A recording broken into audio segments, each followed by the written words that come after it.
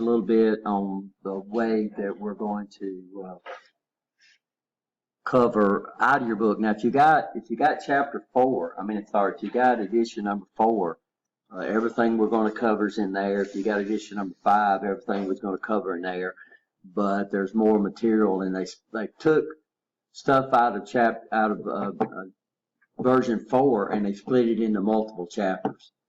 So, like in edition 4, we had a chapter on DC motors and DC generators. And then what they've done now, if you look at chapter 5, they've got a chapter on motors and they got a chapter on generators. And then for some reason they moved the safety chapter out in Mine says chapter 9 DC generators, chapter 10 AC generators. Yeah, but then they got another chapter on AC motors and they got another chapter on DC motors. Yep. In chapter 4, those were combined in one chapter. So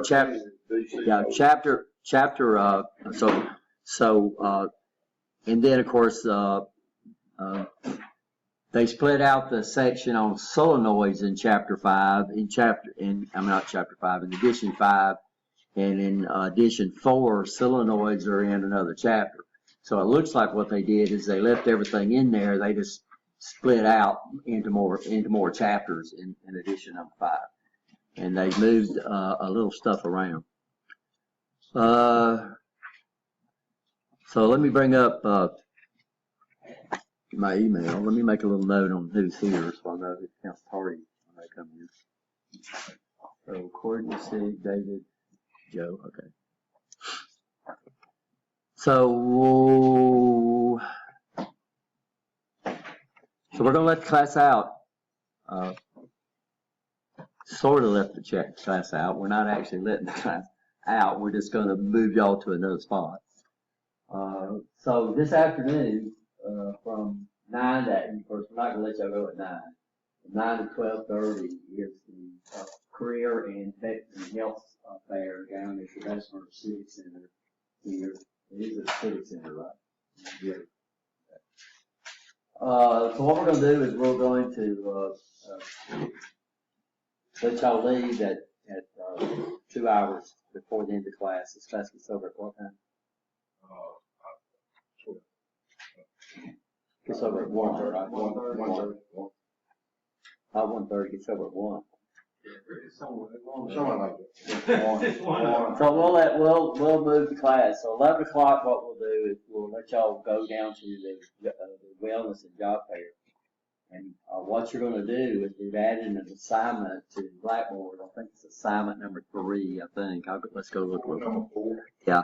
And what that assignment says is that to get credit for the assignment, and there's absolutely no extension, no grace period on this thing, is next class what you need to do is bring me in 5 business cards of different people that's down there. Okay? Y'all understand that? And if you don't go down there, it's something you ought to do anyway, just to get the experience of going to those things, right? I might get a job. You might. Even if you don't look for a job down there, you still need to get me 5 business cards. The class is 9 to 1:30. It is 1:30? What is that? Okay, I was wrong then. Yeah, my other class goes to 1, so that's right. Okay, so that means we'll be getting out at 11:30, right? So that'll give y'all an hour. Yeah, because we had to, yeah. I wanted to pick up the sandwich, but that's Vesper City. Yeah, it's down at the Vesper Civic Center. So we've added another assignment. I think it said it's assignment 4. Obtain 5 different company business cards from the participants at the Lawson State Community College Career and Wellness Fair. There's no grace period on this assignment. You will be allowed to attend the job fair after completing. There's no lecture be on there. That's last time. Go ahead. At chapter 3, assignment 3, please. Uh-huh. What chapter is in the book? This will be chapter 1 in the textbook. Okay. There's a lot of stuff on there that we covered inside the lectures. Okay. So that right there is basically a quiz while to test Thursday.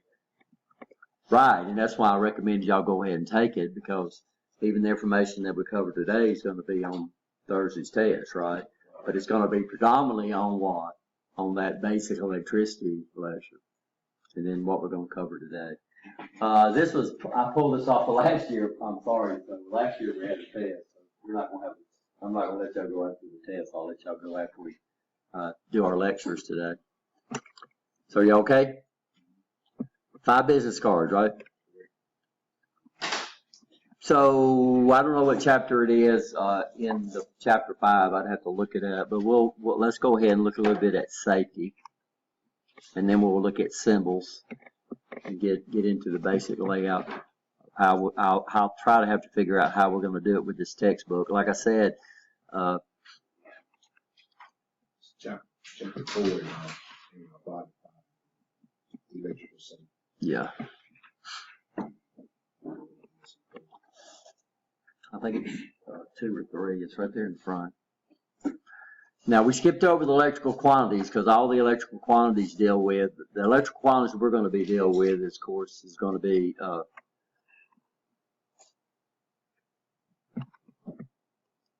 it's going to be voltage, right? Voltage. What else? Current, resistance, and then watts. Everybody okay on those? There's a lot of other they cover in that chapter, but it's not going to be necessary. Yeah, I know.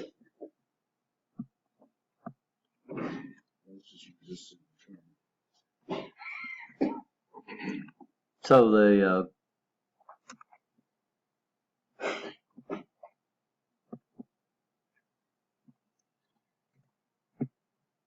my computer crashed a while ago and it shows that file to be open.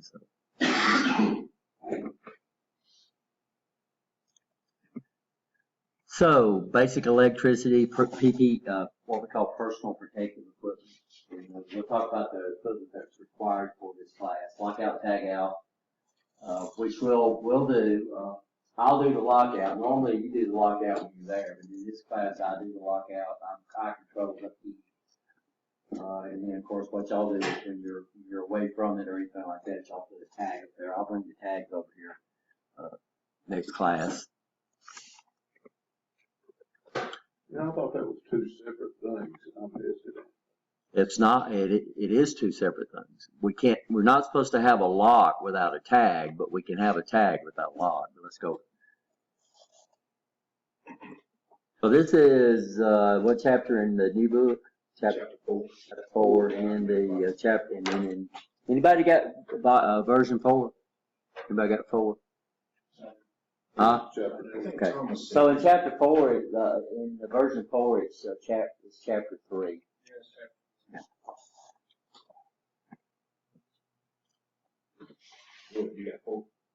Now a lot of this we don't really know, like article. So we're looking at the National Electrical Code. And what is the National Electrical Code? What's the intent of the National Electrical Code? You said the National Electric Code was to preserve equipment. Yeah, it's to protect equipment. It's to safely install and maintain equipment. That's what NEC, the 70 standards. So we got National Electrical Code is actually developed by a national organization called the National Fire Protection Association, or NAFA.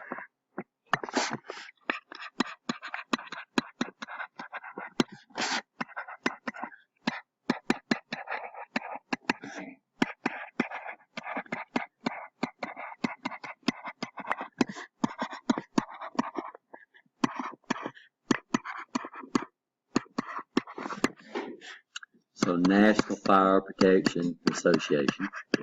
And then they set standards. The NAFTA 70 standard, this is the National Electrical Code, NEC.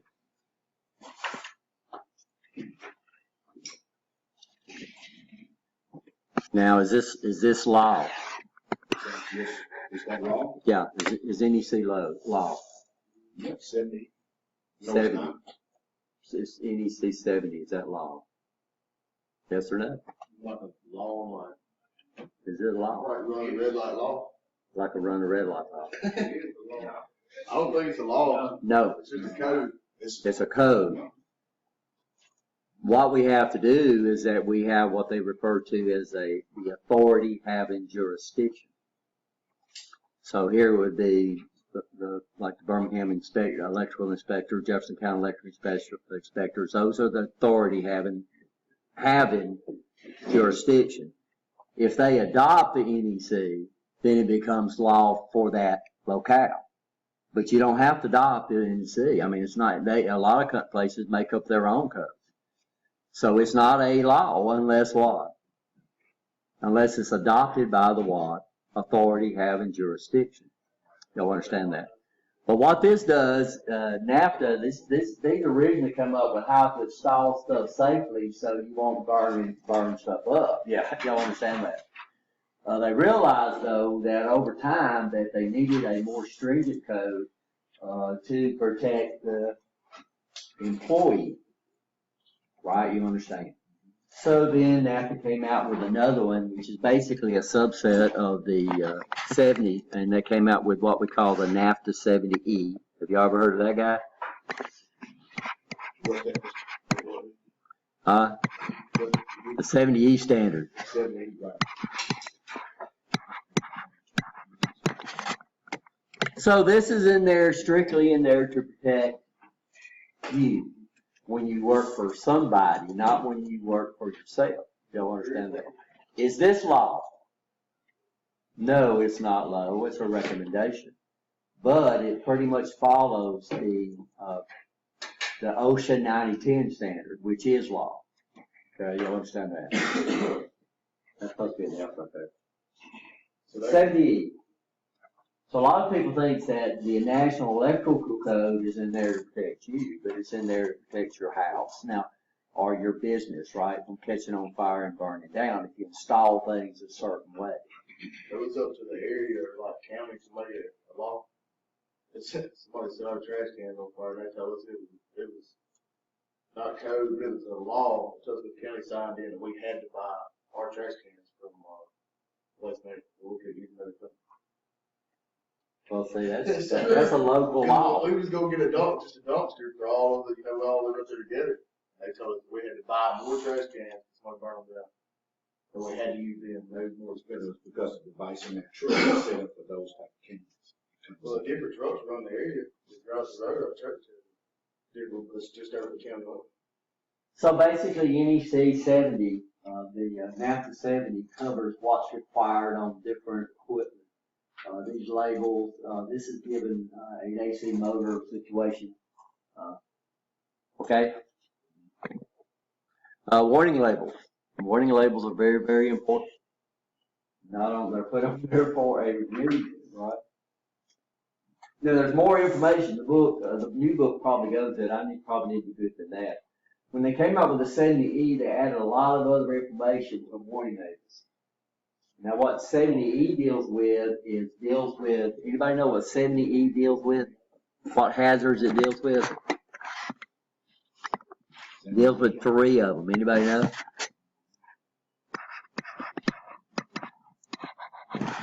Anybody know? Well, One of them starts with S. Yeah. What's the next one? Your arc flash. And then what's the last one? Arc blast. Which pretty much well covers what could happen to you or how you could be injured with electricity. So you could get a shock. Of course, shock doesn't necessarily have to be lethal, so it doesn't prevent you from getting electrocuted. It prevents you from getting shocked. If you don't get shocked, you're not going to get what? Electrocuted. Everybody understand that? So what you need to do to prevent electrical shock, and it's easy to prevent electrical shock, but once you get into a situation where you create an arc blast, an arc flash, and there's a potential of an arc blast, and these guys are deadly guys. So what they've added to most warning labels, depending on where you're at, is the amount of energy that's available at your location. So what determines the severity of the arc flash or the arc blast is how much energy is available when you create that little spark. Anybody ever created sparks at their house? Did it kill you? Well, that's because the energy level at your house is so low. It's almost impossible to get an arc blast at your house. But if you get out on the other side of that, where your meter's at out there, or over there in your panel box where your in-feed comes in, then you could probably start getting into trouble, right? You understand? And then you get into these big applications where they have thousands of amps at thousands of volts, and you create a flash in that, then you're in big trouble. So they rate in what they call centimeters, energy centimeter squared. You start seeing those on that. Quick question, is power coming from the transformer pole down to your house to the, are those insulated wires? Yes, coming from the transformer. The pole, Yeah. whatever pole, the Right. service. The only one that's not insulated is the center tap. Ground. Well, the center tap. Excuse me. That is grounded, yeah. The center tap is grounded on the transformer. So I know I had to rip that thing off there. And I went up there and looked, and I put it back. You Yeah. put it back. You put it back I on. was careful, but it's, the reason I'm here is because it was insulated. Yeah, insulated. So the center wire has no voltage relative to earth ground. So it's going to be ground, that is ground. But okay, y'all understand that? That thing, But it is a current carrying conductor. that thing come into the side of my wall. It should have come through one of those metal pipes. Yeah. A down dropper.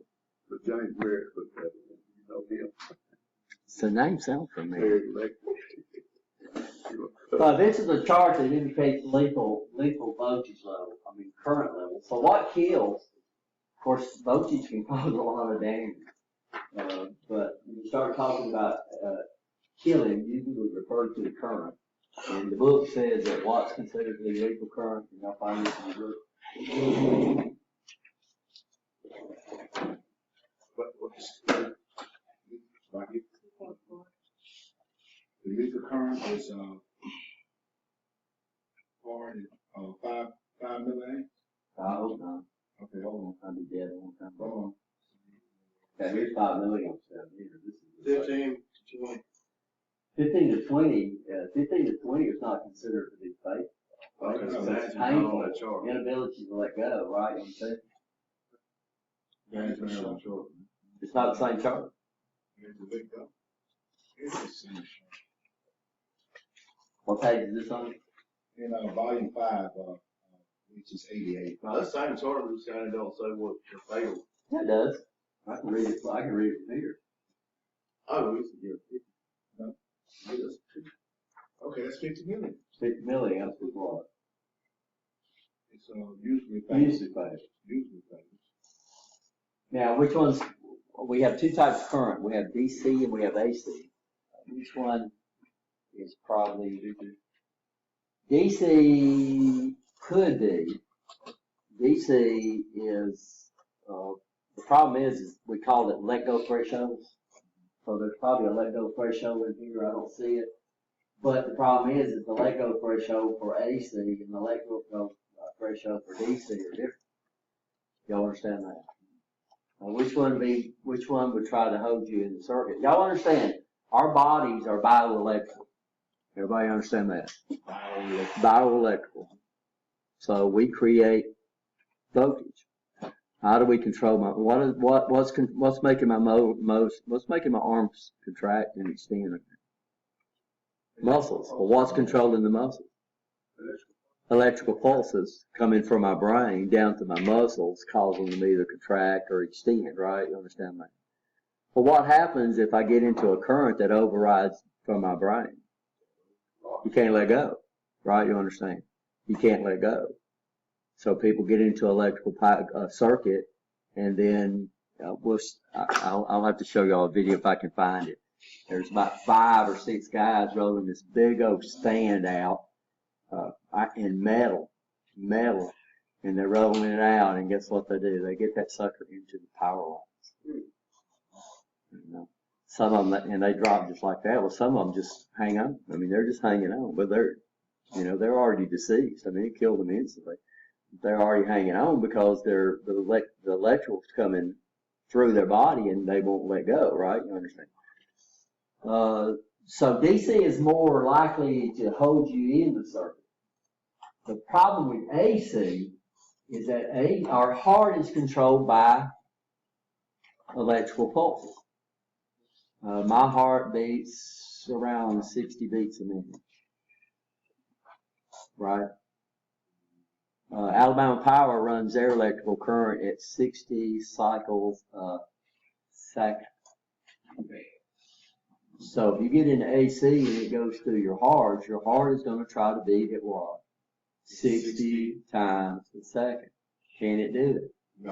So what does it do? It goes into something that we refer to as fibrillation. What does that mean? It means your heart and your valves are out of sync with each other. Your heart is not beating and your valves are opening at different times. So now you don't create any, your heart's still beating, but you're not creating any blood pressure. Yeah. Fibrillation. You're not creating any blood pressure, so all the blood in your body basically stops flowing. And what's going to happen is somebody don't get these two things back in sync with each other. Well, you're going to die is the thing. You can have a heart attack without dying. So AC gives, if we get into these currents, and that's what we need to find out if this chart right here deals with AC or DC. Does it tell it here? Normally you start looking this stuff up and we'll get a different chart for DC and a different chart for AC. AC though has a tendency, it's easier to get out of AC than it is to DC because AC constantly goes to zero, right? You understand that? So we have a moment in time where you have no current flow in your body because the AC drops to zero. So AC is easier to let go of, but it's more dangerous if the current flows through your heart. DC wants to hold on to you. So 50 milliamps is good. By the way, the lethal voltage, CFE has established a lethal voltage. They consider anything above 50 volts to fall in the legal voltage category. So we're working with 120 volts in this class and 208. So we're working with lethal voltage, right? And once you start getting above 50 volts, then 70E requires us to make you wear certain personal protective equipment. Now here we're in a low energy application. We're pretty good deal away from the electrical switch station, so we don't get a direct feed from outside, and we go through a couple of transformers in here. So ours are low energy, but we do need to take some safeguards. So what safety, what PPE are we going to require in this class? Yeah, gotta have safety glasses, guys. No open toe shoes, right? No open toe shoes.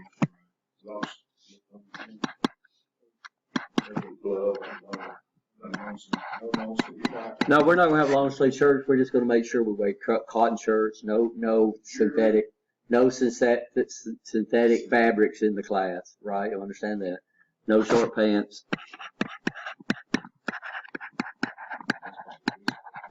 Everybody understand that? Yeah, no shorts. So we're gonna wear long pants in this class. We're gonna wear no cotton, right? No cotton. No, I'm sorry. No synthetics. You just got me now. Oh, that'd be awful. No synthetic clothing. No shorts. No open toe shoes.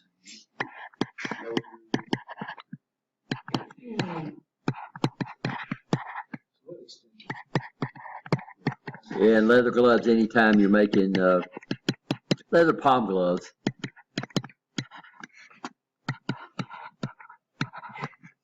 Anytime you're making voltage measurements. As far as hooking up circuits goes, we're going to be depowered anytime we disconnect circuits or when we disconnect circuits so you don't have your gloves on there.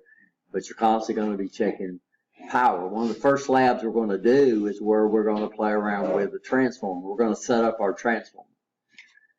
So we're running on, we got 208s, 3-phase coming in off our disconnect. So the big gray box you see up here, these are the disconnects. And the big red button is the disconnect button. So anytime you get ready to work on it, all you're gonna do is just push the disconnect in.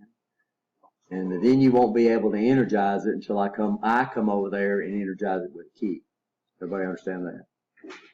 Are we talking about two different kind of gloves? I think somebody got leather palm. Them safety gloves, are they rubber?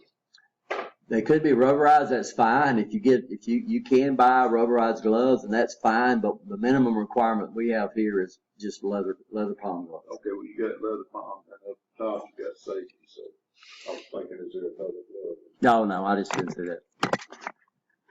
So we okay? Yes. Okay. Because I bought some leather palms. And safety glasses, which I left.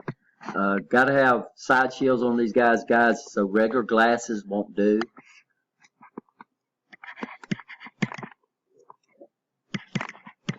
I've been using these. Is this considered side shield?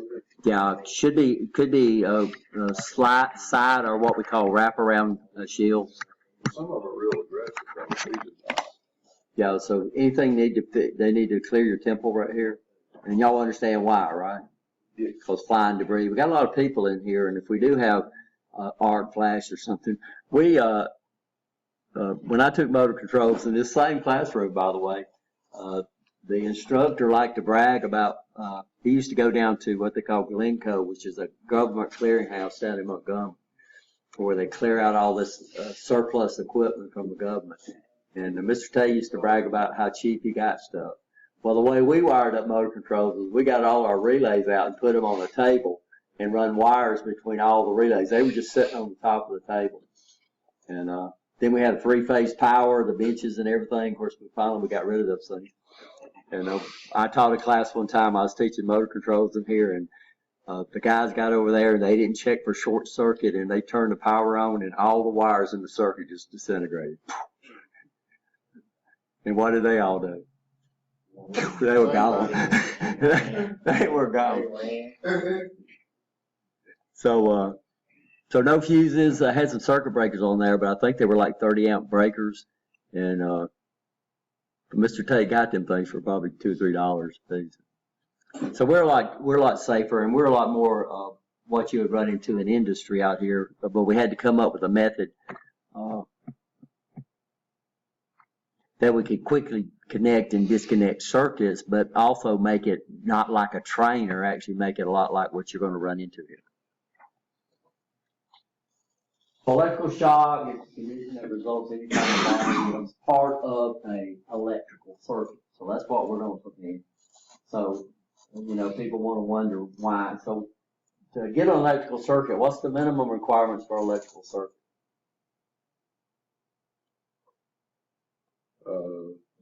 Source. Gotta have a power source, Gotta have or a voltage source, really. source. Gotta have what? Gotta have a load. Yeah, ground. No, we don't have to have ground. Thank God we don't have to have ground. Why? I mean, I'd be screwed. My phone wouldn't work. I got all kinds of circuits in here, but I don't have a ground. Y'all need to understand the difference. Just because people use that term wrong all the time, even the engineers, I think engineers, you need to understand the difference between a ground and a common. We don't have to have a common. We gotta have something. So I've got muscles out here, and I've got a heart. That's my power source, right? You understand? But I got to get that power. What's our power? What's the source of our power in our body? What powers our muscles? Now, electricity makes them move. Yeah, we got to have conductors, right? You understand that? The blood is our power source. The blood is our power source. So that's like the battery in your car, right? You understand? And then we have signals that we use. So we have two different things. So your brain is sending signals out to your muscles, but your muscles wouldn't work if you didn't have power. Right. And what's the power of the blood? How do we get the blood from our heart to our muscles? We got to go through those vessels, right? Y'all understand that? So we got to have a conductor. Got to have two. We got to have a source conductor, and we got to have a return conductor. If we don't have any of those elements, then either we have a short circuit if we don't have a load, or we don't have a circuit at all if we don't have those conductors out there, right? Y'all understand that? So I mean, this is why birds can set up on, this is why squirrels can run down power lines, birds can set on without any problem. You got those guys that get up on those high tension lines and these helicopters and work on those things without ever cutting power off because they're not part of a circuit, right? You understand? So if you get on one conductor, is that a circuit? No. You got to get across what? Two of them. And most of your animals get killed at the transformer, not on the power lines, at the transformer. They'll get across both that on the transformer. So you got to become part of a circuit. So where does these birds land on that and they don't get zapped? I just got through telling you, Jerry. I understood part of that. Okay, so here to get a circuit, let's just look at a circuit. So let's come over here and I have two wires out there and that bird is sitting on that thing right there. What's the problem? He ain't on the other one. Yeah, he's not on the other one. So they can sit on them all day. Squirrels can run on them. Bears can climb up there, right? You could go up there and swing on them. I've seen videos where guys been swinging. I saw a guy, he was swinging on one, but he made a big mistake. He tried to swing over and grab the other one. Okay. But as you get up the transformer, you got a good chance. Yeah, the transformer, they got to bring these two things together, right? So you got to bring these two wires together. So right here at the transformer, you'll see the two connections up there. That's where that's where the animals get in trouble, right there at that transformer. You know, they show one where a guy's on top of one of those electric trains that's got the wiper up there, and he stands up and grabs on. Now, he's part of the circuit now because he's on earth ground, right? You understand that? So what a ground does, what's the advantage of having, so in our house we have 3 wires coming down from our house. We call it a down drop, right?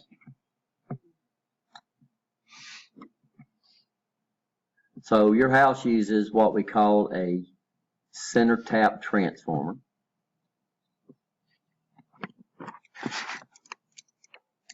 So that transformer up on your power pole or buried out there in a yard somewhere in a big gray box is one of these guys. Now I'm just going to draw this, what we call the secondary. And then of course over here we would have what we call the primary. The primary is the windings on the transformer that's pointing toward the source of the power. And the secondary is what's pointing toward the load. Well, what they do is they come over here and put a tap right here on the center, and then they come up here. And what Alabama Power does is they come up here and connect this to ground. And then this drops down into your house.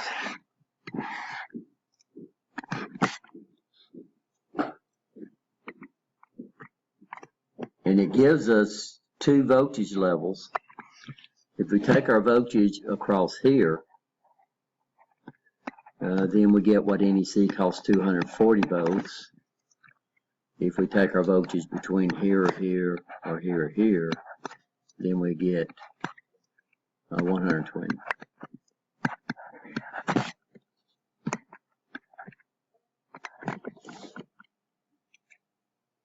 And what's over here depends on where you're at. Usually it's a couple thousand volts, between 300 volts. And then we have an iron core transformer. Now, so what's happening is our whole power grid is referenced to earth ground. It's got an iron core in it. And all this power is looking for ground, right? Now, the problem we have is that when AC, I went over there a while ago, last class, and I took that piece of wire and moved it across that magnetic field. Right? You understand that? and it generated a current or generated an electromotive force, right? You understand that? And of course, now we know that if I come up here and I think it closed out my camera a while ago, guys. When my computer reset itself.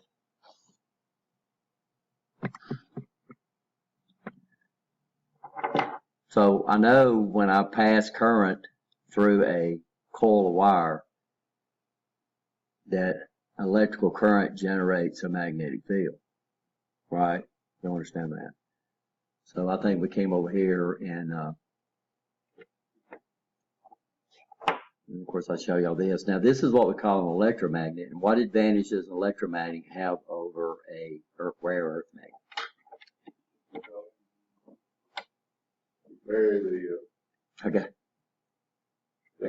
I got two power supplies up here. I got to make sure I get the right one. Yeah, one thing we can do is we can turn it on, and then we can do what? Can you see my? Then we can turn it off, and then another thing that we can do is we can control the strength of that field. So I'm gonna just start turning it down. Eventually, it's going to drop it, but I wish I had a gauge here. And of course, now it's barely got any hold at all, right? You understand? So not only can we control the strength of it, but we can also do what? We can turn it off or on. But if I was to take this and I had another bunch of coils of wire and I was to move this magnetic field across that, it would induce a voltage into those other wires, right? You understand? Yes or no? Huh? Yeah, just go over there. Pick up that big old coil of wire and swing it through that magnet. Go ahead, Courtney. And watch that meter.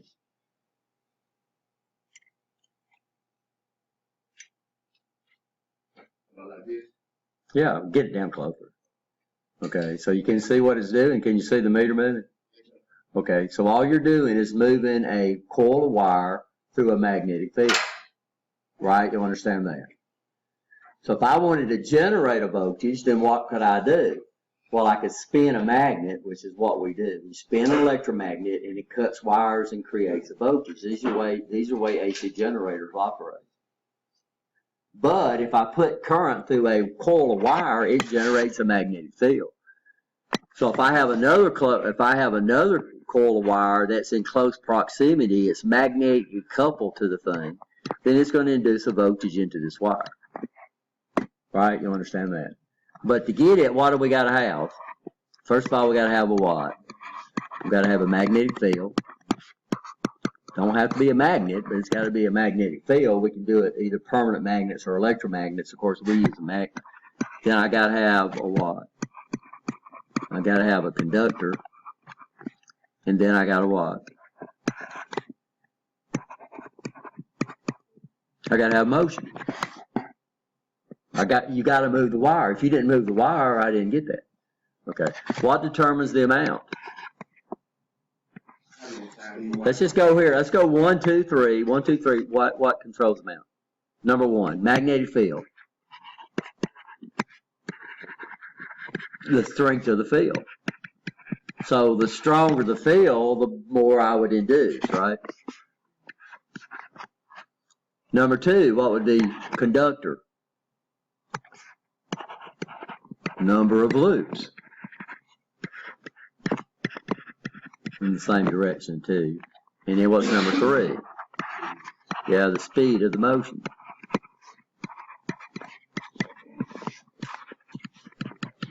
And we talked about this.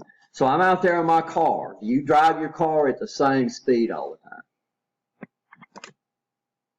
So what's your alternator constantly doing? This right here is constantly doing what? So the speed of your car goes up, then your alternator will try to put out more current, right, or more voltage. If it goes down, it would try to put out less. Do y'all get out there and rewire your alternator for different speeds? Okay. So how do they make that thing put out the same voltage basically all the time? Yeah, but they're controlling the what? They're controlling the strength of the field. That's the advantage of an electromagnet. I can do what? I can control the strength of the field. So your car's out there running, you go out there and measure, it's going to measure right around 14 volts with your engine running, right? And you can turn on your lights, you can turn your lights off, you can turn your air conditioning, you can raise your windows up and down, and you'll see that voltage is going to stay pretty constant. It's not going to be constant. There's no such thing as perfect regulation, but it's going to stay fairly constant.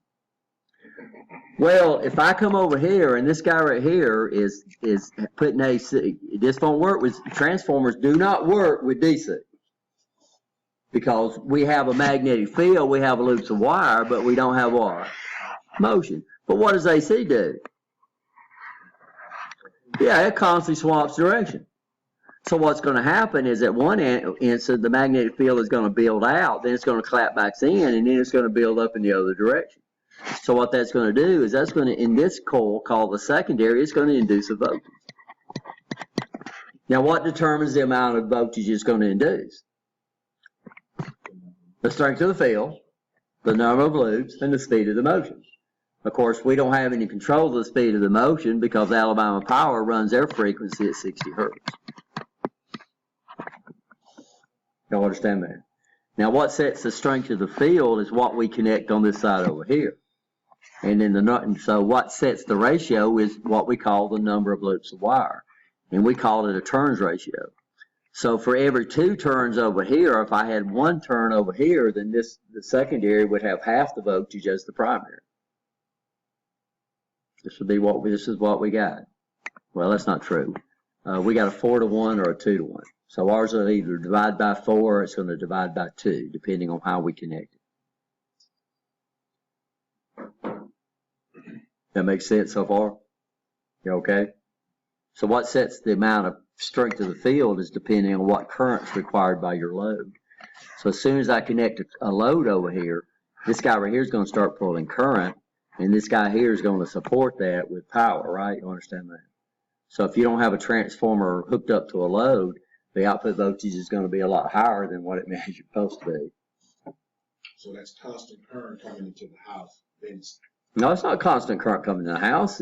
How can it be constant current, Sig, when you're in there turning your lights on and turning your lights off? And so if you go up there and you turn off everything, then your power bill would be 0. Right? You understand? But is that possible in a house today? Not unless you live out in Colorado up on top of a mountain somewhere. They got it don't matter. Yeah. So, yeah, Alabama Power probably charges you just a service fee to connect down. But when I come up here and turn something on, and we'll look with watts, if I turn on a 100-watt light bulb, then why do I have to get on this side over here? 100 watts. It's just over here, it's at a lot higher voltage, right? You understand?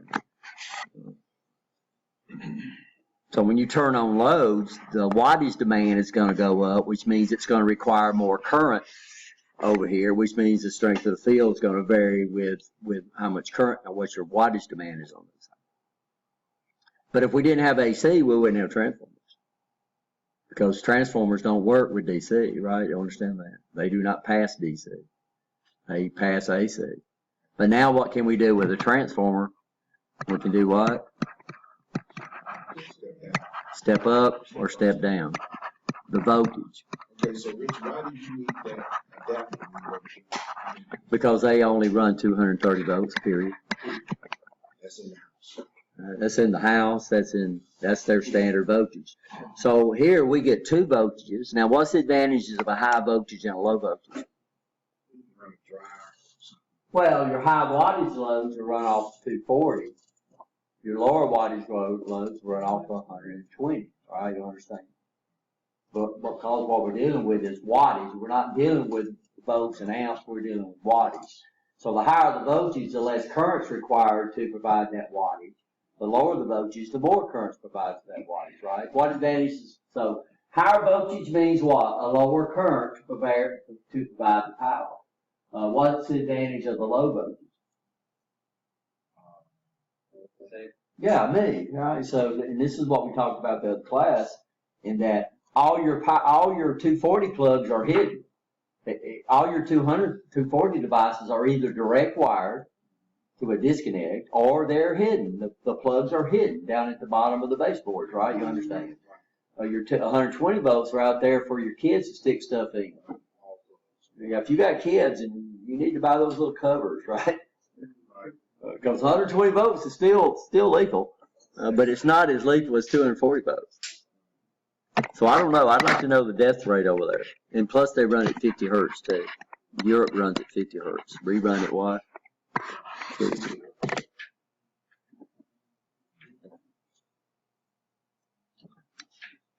So if I've got any device that's not dual voltage, now we're pretty lucky now in that when they came out with a power supply called a switching power supply, DC power supply, that sucker will run off different voltages. So if you look at your charger on your computer, it's usually rated 100 and 240.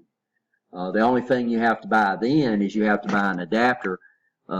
German plugs are rods sticking out where we have the blades, right? You understand? So you buy what we call an adapter. But if you got any devices over there that will require 120 volts, then you have to buy what they call a converter, which I did. Because I got an electric toothbrush that I'm very fond of. Now, what a GFCD, so ground fault circuit interrupter. Well, these things prevent you from being electrocuted. No. If you get, so we have 3 wires we run to a plug. We have what electricians call a hot and a neutral, and then we have a ground. Now back in your box, the neutral is reference to ground. So what is the difference between the neutral and the ground? Ground goes to the ground. NEC does not call it ground. They don't use the term neutral. That's a trade term. Anybody know what National Electrical Code calls this conductor right here?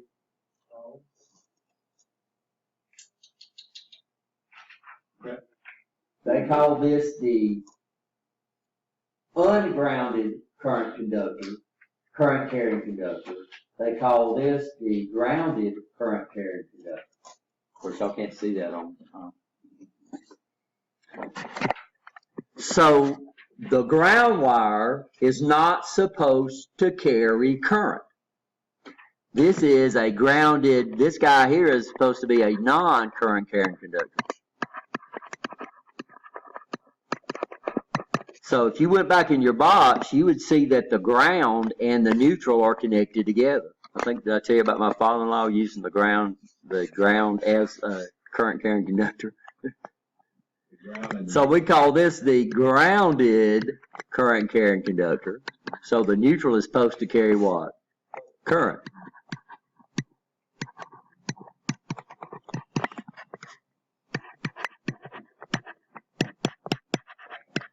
They refer to this wire right here as the ungrounded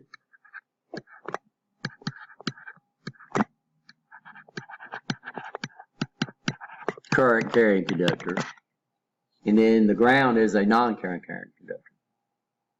Now, most shocks occur between this guy right here and this guy right here. So the ground is not supposed to carry current. The ground carries current when there is a problem. Y'all understand that? We use a lot of metal in our houses. Your refrigerators are made of metal. Your dishwashers are made of metal. If you got an electric dishwasher, your washing machines are made of metal, right? And why they did make it out of metal? Well, one thing is that if I pass current through a conductor, it's going to induce a magnetic field. If it induces a magnetic field and it goes through metal, it's going to induce a voltage in there. So everything that you got that's metal, if we did not ground it, it would automatically build up a charge. So if you check your ground, That means you got a problem, big problem. This is what a GFCI does. So what a ground fault circuit interrupter does, it's got a current, and I told you about a clamp on ammeter. If you put it across 2 wires, then you're not gonna get any reading, because the current going out of this wire should equal the current coming back, right? You understand? So it means the current in your neutral and the current in your, what electricians call the hot wire, these two currents should equal each other. Now this is AC, guys, so they got it going one direction, but it's actually flopping around, right? You understand that? So as long as these two currents are equal to each other, that means my ground fault is going to give me a 0 out. If I ever get a mismatch between my hot lead and my neutral lead, then this guy here is going to sense it's going to pick up a voltage and it's going to trip, right? You understand? But what's nice is your ground faults usually trip around 10 milliamps. If you have a differential around 10 milliamps, that's something you need to look at, which is well below the legal limits, right? But it can let 50 amps flow here as long as the 50 amps right there match. Y'all understand that? So if your neutral current and your hot current does not match, it means you got current going somewhere it shouldn't be going. And where's it probably going? It's probably going to common somewhere. It might be going through you, or it might be going through something else, right? You understand that? So that's what a ground fault circuit interrupter has. Where are ground faults required? You may know. Yeah, where are they required? Got any damn location? Anything that goes outside supposed to have ground faults? Yeah, because lots are. All right, yeah, they go outside somewhere. Yeah, so usually electricians will have a plug box that they'll set up, and they got the ground faults that everybody plugs into those. Are we okay? So is GFCI going to prevent you from getting electrocuted? No, if you get between the hot and the neutral, you're a light bulb, right? You understand that? So ground faults will not trip if you get across these guys. But if you get between the hot and ground, then it's going to trip, right? Plus, we ground all our metals, because if this guy right here ever gets up against this guy, or if this guy right here ever gets here, then it creates a short and should pop those breakers. So if you ground all your metal devices, then technically there's no way in the world they could become electrically hot. If they're not grounded. We had a guy in here who says every time he touched his outside air conditioner, it shocked him. It had been raining. Well, what's the problem? Somehow he's lost the water. He's lost his ground. His earth ground's not going up.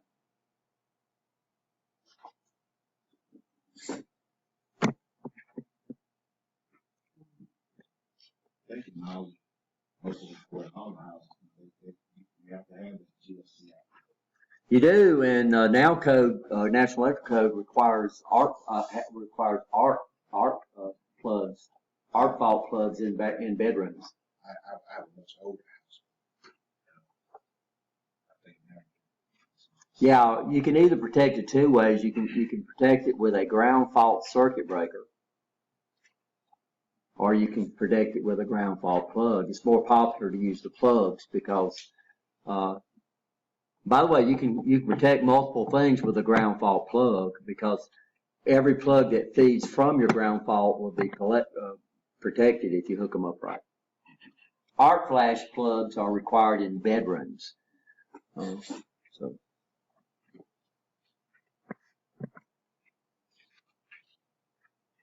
And we talked about this the other day about transient voltages. This is where we have problems with test equipment. So those category meters, Cat 1, Cat 2, Cat 3, Cat 4, gives us an indication of what transient voltage you can handle above the rating of the meter, right? You understand that? And we looked at the category. What do we require for this class? Yeah, at least Cat 3. And I think I told the class that they're ordering some. The bookstore finally got around to ordering for us. Huh? Don't know. Yeah, he just now ordered them. So I didn't ask him how much he's going to charge for them. But they're going to be cheaper than the meter they got down there now. and it's gonna be what you need instead of something you're not gonna use. Can't read this real good, but this gives you another indication of the category meters, but that was in our first lecture, so we're not gonna talk about that again.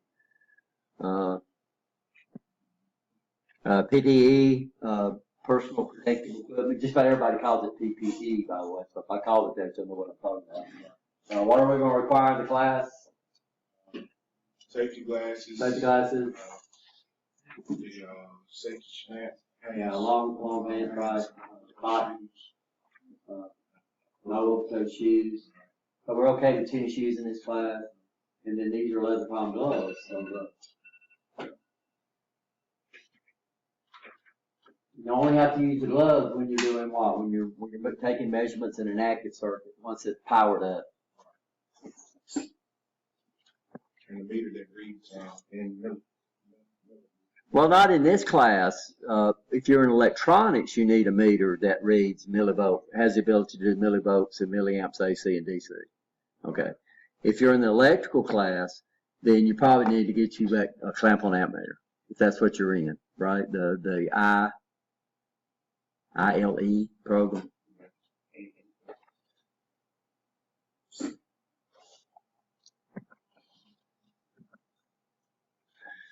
Of course, what determines what category or what PPE you need to wear depends on the energy level that you're working in.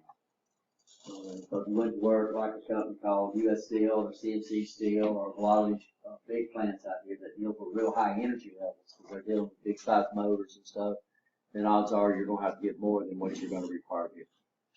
Normally they provide that for you. They did out of US Steel, right? yes. I feel like lead. And you get out there in the Alabama summertime. Okay, guys, y'all take. Probably this I need to make this bigger, but there's actually color coded gloves on what they're rated at. So beige is rated at 500 volts, red is rated at 1,000, white is rated at 7,500. I think I imagine getting in both that high. What do you want there? Yellow is 17,000 volts, green is 26,000 volts, and orange is 36,000 volts. So if y'all come walking in here with a pair of, and then some of them require you to wear leather over rubber. You actually put on two pairs. No, don't have to worry about knee protection in this class. Y'all gonna be standing up the whole time. Lockout, tag out. Y'all understand the difference. So a lock, by the way, a lock cannot be a combination lock. It's got to be a key lock. And you are the only one supposed to have the key, right? You understand that? When I worked out at US Steel, 2 people had the key. The boss had the key, your boss had the key, and then you had a key. But from what I changed, they changed that, and there's only one key, right? Yeah. Everybody's got their own lock. Here we lock out. I lock out in this class. When you take the troubleshooting class, everybody locks out in that class, right? And then tags. We'll use disposable tags that we'll run off. These things are pretty expensive. Well, they're relatively expensive. They're not expensive, but we use a bunch of them. So we'll run these off and give us put your name on there. Anytime that you're and we'll just our tag out. So a tag out, you need to just hang the tag out across the disconnect, right? You understand that? And that would tell me not to put power on there. We have all kind of lockouts. I mean, we got all type of lockouts. We got plug-in cord lockouts. We got pneumatic lockouts.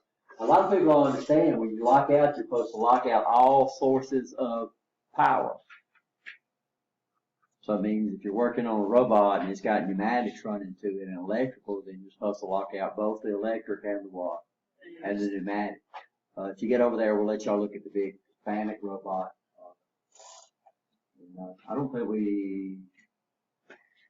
I think we're supposed to go over there at least once in this class. When we get into sensors, when we talk about sensors or devices or transducers, we'll make a trip over to the line and I'll show you all the lockouts on the big robots over there.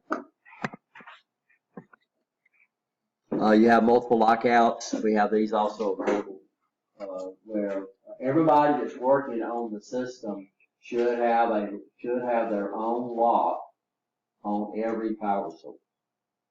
Okay, you understand that? Here we only have one power source, like I said, electrical, and then I'm controlling that key.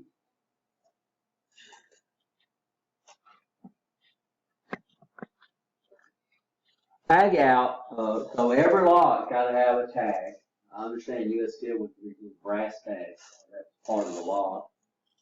Normally we use these locks, the information that's supposed to be on these things, of course, is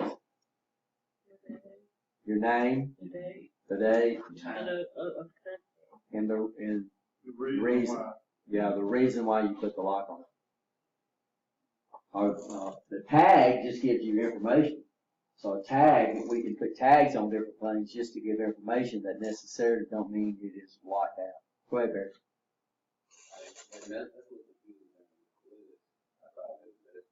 They are not the same. A tag ain't gonna stop nobody. A tag is not going to stop anybody, but we use it to inform somebody about something. A lock is required to have a tag because that lock's on there for a reason. So that's why it's called a lockout and tag out. Tag out and lockout are not the same. We combine them in lockout tag out. So we don't have lockout by itself. Yeah, but what got me is like, you do one, you do the other. Not necessarily. I can put a tag on something and not put a lock. Y'all understand that? Right. I understand on this. So there's some things that don't have locks on. So if I go out there at my HVAC system at my house, I have a disconnect, but it's not lockable. Your circuit breakers at your house are not lockable. So that means if I'm out there working in your house and I trip a breaker and I don't want somebody to turn it back on, then I'll put a tag on it.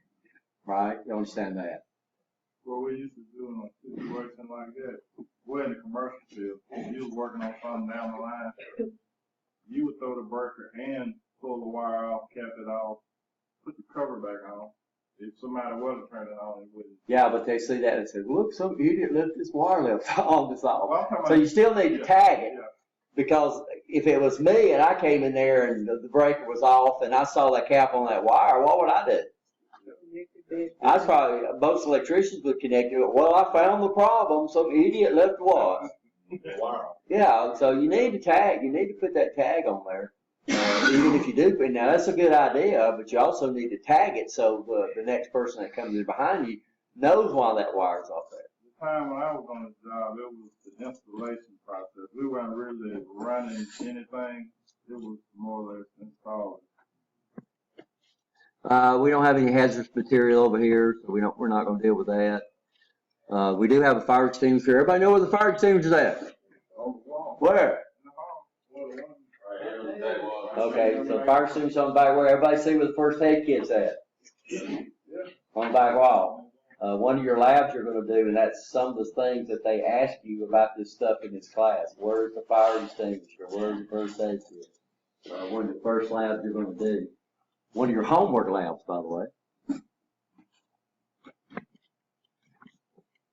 We're not going to have safety work. A lot of companies require you, if you're going to kill power, if you're going to work on something with power on it, then most employers now require you to provide information on why you're going to do that, if it's above 50 volts. So that way there's a documentation on why you were out there working on that. Energized work permit document, all. Now this is required now if your company abides by 70E. Y'all should have done this. Now the problem is that we as technicians are basically exempt from a lot of this stuff because it's impossible for us most of the time to do what? Troubleshoot You gotta energize it. with power off. But we're gonna have to be a lot careful now.